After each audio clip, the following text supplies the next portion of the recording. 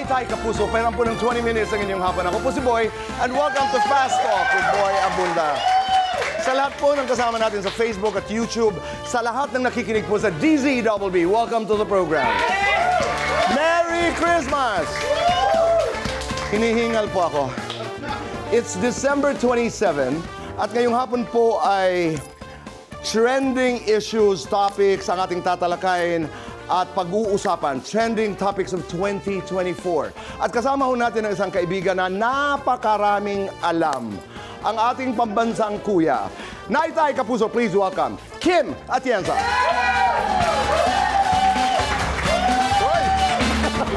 Merry Christmas. Merry Christmas, boy! Hiningal ako dun sa takbo ko kay please, Merry Christmas. Kumusta? Everything's good, boy. Masaya. Pagka ganitong Christmas season, talagang maganda ang mood natin, very positive, nakapagpahinga ng kaunti at makakapagpahinga pa. So all good, boy. Dahil si Kim ang ating bisita, umpisa na natin kaagad sa trivia. Trivia tungkol kay Santa Claus at trivia tungkol sa New Year's resolution. Boy, alam mo ba si Santa Claus, ang kulay ng kanyang damit ay hindi naman kulay pula. Ang kulay ng damit ni Santa Claus ay either white or black dahil isa siyang Archbishop sa Smyrna na dating Turkey. Pero naging pula lamang siya noong 1920s dahil sa isang commercial para sa isang soft drinks. Oh! Yeah, so si Saint Nicholas, as we know him, in history, puti ang damit niya, no, itim. At alam mo ba na it's okay to greet someone Merry Xmas? Sabi kasi dapat Merry Christmas, dapat buo ang pangalan ni Jesus Christ. Right. Alam mo ba that X is a secret code during the time when the Christians were persecuted, they would put X as a sign, as a symbol for Jesus Christ. Ito ba yung mga isinusulat sa sand? Sa buhangin, sa Buhangin, pader. right. Just para ma-distinguish na sila ay Christian, maglalagay sila ng X. Yan ang kanilang secret code. Alam mo, tama ka, kasi ako nag-aalinlangan. Nag-aalinlangan ako, pag sumusulat ako ng Merry Christmas, I never write Merry Xmas because I am reminded na dapat kompleto ang Christ. Ang pangalan yung Jesus. pala, yun ang secret symbol, ika nga, ng Panginoong Jesus. Yun, X. Actually, it's a Greek letter meaning Jesus. The chi and the rho.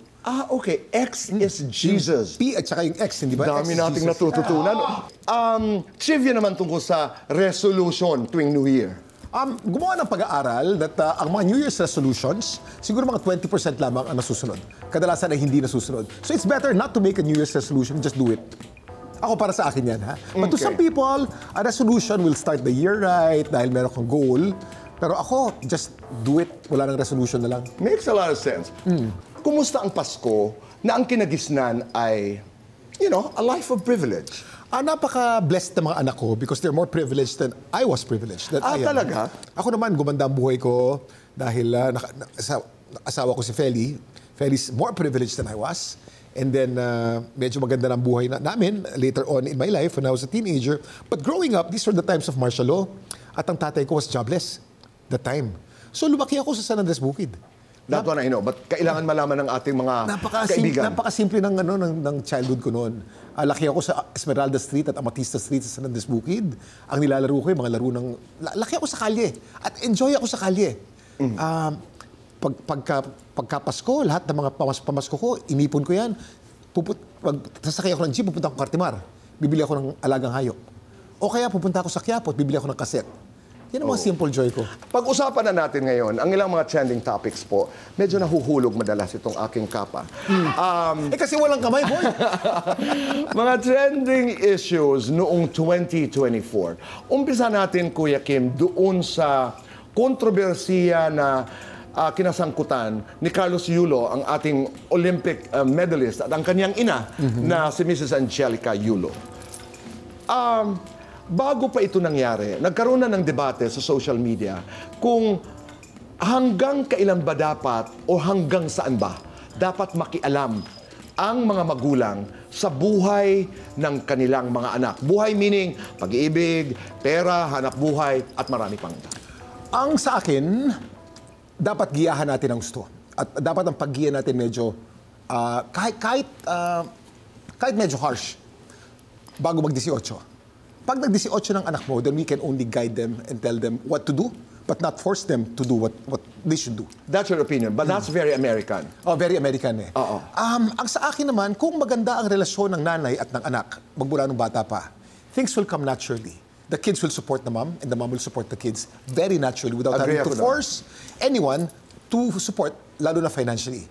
Kung maganda ang relasyon ng bata pa, maayos sana eh. But yun, alam mo nangyari kasi ngayon, boy? Because of the information superhighway, kung ano man ang problema ng mag-ina, na-magnify. Naging nakialam ang publiko. At pag nagsalita ng publiko, magkakaroon ng opinyon ng nanay at ang anak, hanggang nagkakaroon ng pader at hindi na maayos. Kung walang internet at nangyari ito kay Carlos, dalawang kausap lang yan ng isang ninong, ayos na yan eh. Maayos yan, mag-uusap yung dalawa at mag-ayos. Pero dahil because of the information superhighway, because of social media, malalim na ngayon. Naging parte ang lahat. Naging parte ang lahat, so therefore, na-fortify kung ano man ang posisyon ng dalawa. Pwede naman sanang maayos yan. But I'm still hopeful na maayos sila. Ako din. At nakakalungkot. Ako naman ang take ko doon, number one, yung point is very important, na ito'y lumaki dahil nag-usap silang dalawa gamit-gamit ang social media. Ayun. So, ang daming nuances na palagay ko hindi natin alam, pero nakisawsaw tayo doon sa iba't ibang opinion dahil ang basehan natin ay kung ano lamang ang ating nababasa, nakikita sa ating social naririnig. Di ba? So, based on that, kanya-kanyang posisyon. Halimbawa ako noon, nung ako'y tinanong, siyempre sabi ko, I'm the wrong person to ask because I will do anything for my mother. Mali, tama, ang nanay ko, and I am personal. I'm not talking about Carlos and Mrs. Yulo. Kahit anong mangyari, kahit anong diferensya, hindi ako sasagot sa nanay ko, titiisin ko ang lahat. But that again is me. Ako din, boy. Ikaw din. Ako din. Oo. Ako din. So, I'm not gonna go to the issue. I'm not gonna go into the details like sino ang tama, ano ang mali. Para sa akin, pagka-problema ng magulang, lalo na nanay ha, nanay at saka anak, the question is, hindi sino ba ang tama sa ating dalawa, lalo na pag hindi na nagkakaintindihan at pareho na may points, di ba? Ang tanong, gaano ba kalaki ang pagmamahala natin? You know, because love, I think, between parents and children should always be bigger than any problem. Agree? I agree. Assuming ang nanay ko ay talagang inapi ako ng todo-todo, I will not speak against her still. Ako din. Especially in public. Maring mag-away kami in private, maring mag-usap kami, but never ko sisiraan ang nanay ko in public. But that's me. But again, that's us. That's us. Yung And doon kay Carlos at sa kanyang ina, alam ko at sigurado ako na napakaraming detalye ang hindi natin alam. Hindi natin alam. Okay, mula doon, puntahan natin yung kwento naman ni Ai at saka ni Gerald. Si Bay, naghiwalay. Layered yung kwentong ito. Pwede ba, anong yung pananaw sa nakikipaghiwalay, lalo na pag mag-asawa, no? Sa pamamagitan ng text message. Nako. That's number one.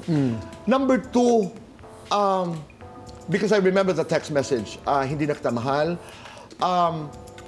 gaano ba kaimportante ang anak to keep a marriage? That became an issue there. And number three, does age really matter? Simulan natin sa number 3. Okay. Age matters. Age matters. Age will always matter. Kung mas matanda ang lalaki at mas bata ang babae, mas ideal, normally mas stable na yung lalaki. Pag matanda ang babae at bata naman ang lalaki, may mga pangangailangan naman yung lalaki na hindi mabibigay ng babae, lalo na physically. So age matters. But what is more important than the age is commitment. Tama. Kung merong discrepancy sa age, mas matinding commitment ang kailangan ng pareho to make it work. It will always work, but with different degrees of difficulty because of age. Gaano kahalaga ang pagkakaroon ng anak sa isang marriage? Napakahalaga para sa akin dahil love comes and goes eh. The feeling of love comes and goes. And the time will come when one will stray and the relationship will not be as ideal. Pero pagka may anak, you are forced to make it work. Because marriage is a commitment, marriage is a choice eh. Pag may anak ka, it's easier to stay. Dahil meron kang pinanghahawa, meron kang pinaglalaban, yung anak mo. Pag walang anak, pag umabot dun sa punto na medyo malabo, bibigay. A lot of marriages stay intact because of the kids. And then eventually, they fall in love again. Sometimes they're in the marriage just for the kids, but they don't love each other. Eventually, they'll split up, but a lot do stay together because they decided to stay together for the kids, and then eventually, they fall in love again. That's an interesting insight. Kasi kanina nung sinabi mong love comes and goes, sabi ko, bumabalik ba? And then you said, bumabalik. Minsan dahil sa mga anak. Because some people would say, don't stay in a relationship just because of the children. I don't believe that. You don't. Yeah. I believe that you should stay in the relationship for the children. And that if you have to choose to love your wife or your husband, even if it's difficult, then choose to do so. Love is a choice. You can choose to love someone. No. Now, it's easier to choose to love someone who's beautiful inside and out, but it's really hard to love someone who na medyo pangit ang ugali. But if you choose to love that person, then it'll work. Sa panahong ito, tama ba na makipaghiwalay ang isang tao sa pamamagitan ng chat or ng text message? Mali yan. Mali yan.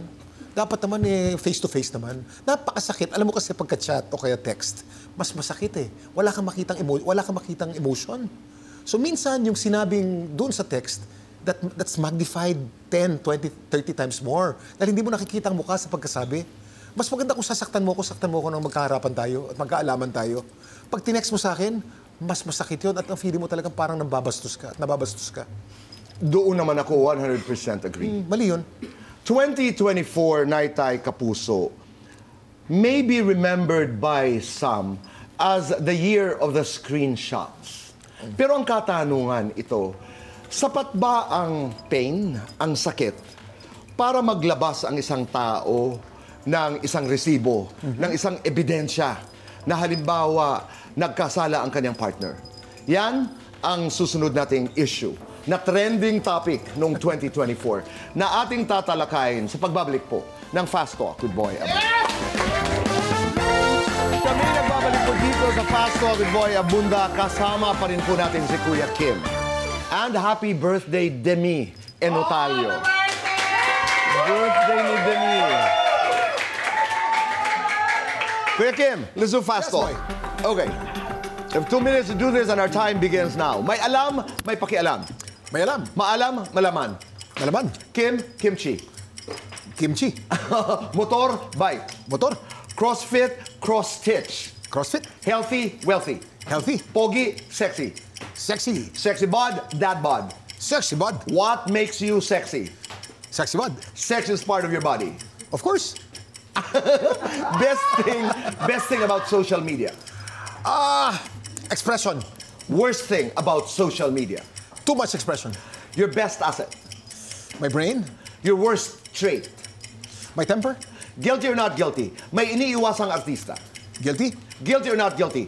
Namangka sa dalawang ilog. Noong unang panahon. Guilty or not guilty? Nahuli ng traffic enforcer. Very guilty. Guilty or not guilty? May napagalitan sa TikTok clock. Guilty. Guilty or not guilty? Sumayaw sa harap ng salamin. Guilty. Guilty or not guilty? Nang block ng celebrity. Guilty. Forgive, forget. Forgive. Give, take. Take. To live more, to love more. To love more. Lights on or lights off? Lights on. Happiness or chocolates? Chocolate. Best time for chocolates. Early morning. Kung may isang bagay kang hindi alam, ano ito? Ilan ang bilang ng buhok ko at ilan ang bilang ng ipin ko? That's true. Yung buhok kasi mga ano yan, 150,000, pero hindi ko alam yung sa akin eh. Ang ipin naman dapat mga 32, pero hindi ko pa nabibilang ang ipin ko eh. So hindi ko alam. Nakakatuwa, no? Alam mo ba, alam ko you have a new show. Dami mong alam, Kuya Kim. Dami mong alam, Kuya Kim. Yeah. Ang ganda ng title, di ba? Ang dami mong alam, Kuya Kim. Parang Alaska, parang nanga-Alaska ang dating, di ba? Dami mong alam. Ang angas mo, ang dami mong alam, ha? Depende sa context ng pagkasabi niya. Correct. Pwedeng may paghanga. Ang dami mong alam, Kuya Kim. Tama naman. Pwedeng pangutya. Dami mong alam, Kuya Kim. Depende sa pagkasabi. Tama, tama. So iba-ibang konteksto. But what is the show? Kailan namin mapapanood ito? Itong dami mong alam, Kuya Kim, ito ay every Saturday at 10:45 ng umaga. Ito ay mga tungkol sa mga trending topics na napapanood natin sa internet. Ano naman ang educational anong paliwanag doon sa mga trending topics, anong scientific basis ng mga topics na yan, bakit nagte-trending. So, malalim na pagtalakay. Hindi lamang namin pinapakita mga trending topics, kundi ang paliwanag, bakit nagte-trending. Alam ng sambayanan na napakarami mong alam. funniest experience, meron bang mga taong lumapit na sa'yo at itinatanong ang kung ano-ano? Naku, marami, boy. Talaga? At ang Funniest? nakakatakot dahil dapat tama ako palagi. Hindi ako, si Kuya Kim hindi pwede magkamali. Akala nila talagang tama lahat ng sagot. Right. Tao lang naman ako. Madalas tinatanong, Kuya Kim, kalbo ka ba? Ang sagot ko dyan palagi isa lang eh. Hindi porque nakasombrero ko, kalbo ako. Ang nangyayari kasi, dahil pagka ikaw ay kalbo, kadalasan tinatakpan mo ang pagkakalbo mo ng sombrero. Pero hindi dahilan ng pagkakalbo mo yung sombrero. Ang dahilan ng pagkakalbo mo ay genetic or bad hygiene. Marami kang balakubak, nalagas ang buhok mo. Pero yung sombrero, pantakip ng kalbo, hindi yun ang dahilan ng pagiging kalbo. Oo, pero ako proud akong kalbo. Oo naman. Oo. Ako, pag dumipis ang buhok ko, boy, pakakalbo ko rin eh. Talaga? Oo. I mean, siguro nakasanayan lamang. Punta na natin yung screenshots. We're not talking about the legal perspective of the screenshots. Kasi may mga nagsasabi na ito'y violation ng Anti-Privacy Act, cyber libel, etc. Pag-usapan natin yung layman's point of view, unless you have some points to raise. Galit na galit ako. Galit na galit ako at kailangan maipakita ko sa'yo na meron akong resibo na wala akong ginawang masama. Meron ba akong karapatan magpalabas, ilabas sa aking social media accounts ang screenshot? Pag ikaw ay galit na galit, huwag ka munang maglabas ng resibo. Yan ang ma-advise ko sa lahat ng tao. Ito'y pinag-uusapan natin dahil mainit itong tinalakay dahil sa the controversial Marisa Racal and Anthony Jennings and Jam Villanueva na nag-post ng mga screenshot. Kaya ito'y napapag-usapan. Tapos, ito'y naulit muli noong kaso naman ni Peachy ni Rufa May at saka ng kanyang asawang si Trevor. Kaya uminit yung usapan na, talaga ba? Kailangan ba talaga ilabas ang mga screenshots? Pero tama ka doon. Pag galit na galit ka, Huwag mo muna ilabas. huwag muna. Itulog mo muna at pag-isipan mo ng gusto. Kasi pag dilabas mo yan, may damage. At maaaring ang damage ay bumalik din sa'yo. Pero hindi legal, ibig sabihin hindi tama. Tama. Dahil maaaring hindi legal yung paglabas ng mga screenshot, pero ang tide of public opinion na doon sa inaapi. Sino bang inapi rito? So may ganyan din. Pag-iisipin mo rin yan. Pwede namang makasira ka ng buhay sa paglabas mo ng screenshot mo. At ang basis, hindi mo alam ang konteksto ng screenshot na yun. Baka naman iba. So dapat talaga pag galit ka, huwag ka maglabas ng kahit ano. Talo naman tayo doon sa isa pa na talagang bumulaga sa ating lahat noong ngayong 2024. Ito yung sexual harassment cases na ito'y i-final ni Sandro Mulak laban sa dalawang independent contractors dito sa GMA7 at sinundan po ito doon sa reklamo naman ni Rita Daniela laban kay Archie Alemania. Your general view on this, Kim? My general view, boy, is nothing in secret will not be out in the open. Everything you do, even in the past, lalo na ngayon, will come out. Pag ang sambayanan nakakabalita dito lalo na sa pamamagitan ng social media. Itong mga balita na may kinalaman sa sexual harassment, tungkol sa sex. Kasi ito'y hindi napapag-usapan. Kinalakhan natin, Kim, halimbawa, na there are certain issues that we don't openly talk Pero about. alam mo, boy, itong sexual harassment, ngayon lang lumalabas yan, pero matagal na yan. Noong 1960s pa lamang o 1950s, nangyayari na yan. Ngunit walang social media kaya hindi lumalabas. Right. Ngayon, alam na ng lahat. Kahit na ginawa mo 10 years ago nga, ilalabas pa rin hanggang ngayon. Pwedeng may magsalita at ilabas sa publiko kung ano yung mga ginawa mo kahit nagbago ka na eh. At hindi lang ito nangyayari dito sa Pilipinas. Sa buong mundo. Sa buong mundo. Right. Because of social media. Oo. So, Because sexual harassment is an issue of power. when you're given power, you have more responsibility. Those who are in power, kung ikaw ay boss, be aware na lahat ng gagawin mo, kahit biro man yan, ay pwedeng sexual harassment.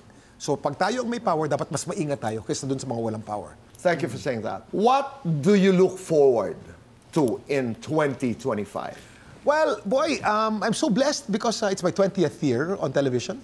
And nirenew na naman ako ng GMA, another 3 years, working in an industry that we love so much. I just wanted to continue, and I want to be able to do what I'm doing now. And ganun lang, magtuloy lamang. I'm blessed, wala na ako hiningi pa. Yeah. Oh, I'm just so proud of you.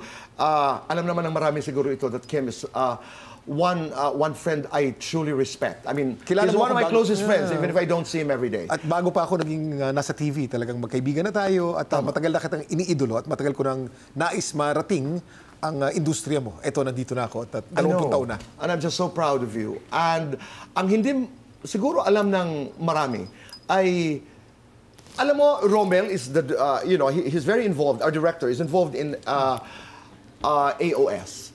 Bakit? Sumayaw na ba si Kim sa AOS? Alam niyo ho ba that Hindi Kim pa. was a ballet dancer? Alam mo, nakakatawa, boy, because they expect me to dance so well now. Iba ang ballet. Ballet is I so know. structured. Pag pinasayo ko ng mga sayo ngayon ng mga hip-hop, hindi mo kaya Pero yun. doon kita nakilala nung nagbaballet ka. At yan ang gagawin natin bilang pagtatapos. I mean, Kim, ganito lang. Alalahanin lang natin, doon kami ni Kim naging magkaibigan. Ballet dancer pa lang si Kim. Hindi lang. He was a ballet dancer. But Gusto magpadedo tayo? Magpiruwet ka? Just the basic steps of ballet. Oo. Ano ba? I would not expect Kim to do hip-hop, but ballet is, Piruwet. Diba? O, yung pabaliktad na piruwet. O baligtad. Pero pag pinahip-hop mo ako, hindi ako marunong. Ibang usapan na Hindi yun. ako marunong. But Kim, all the best. My love to Feli and the kids, and maraming salamat. Merry Christmas and Happy New Year, boy. Merry Christmas. Maraming salamat. Mabuhay si Kuya Kim. Kuya Kim. Kuya Kim. Kuya Kim. Kuya Kim. Naitay, Kapuso, maraming salamat po sa inyong pagpapatuloy sa amin araw-araw sa inyong mga puso at tahanan. Abangan niyo po ang aming two-part year-end special. Ngayong darating na Lunes, we have the Fast Talk Awards. Sa Martes, kasama namin si Ay de las Alas. Sa Martes naman ay pagbabalik tanaw doon sa mga hindi malilimutang interviews na ating ginawa ngayong 2024. Be kind, parati natin sinasabi. And say thank you. And make your nanay and tatay proud. At gumawa ka ng isang mabuting bagay bawat araw. Just one thing. Just one good thing. And make this world a better place. Goodbye for now. God bless.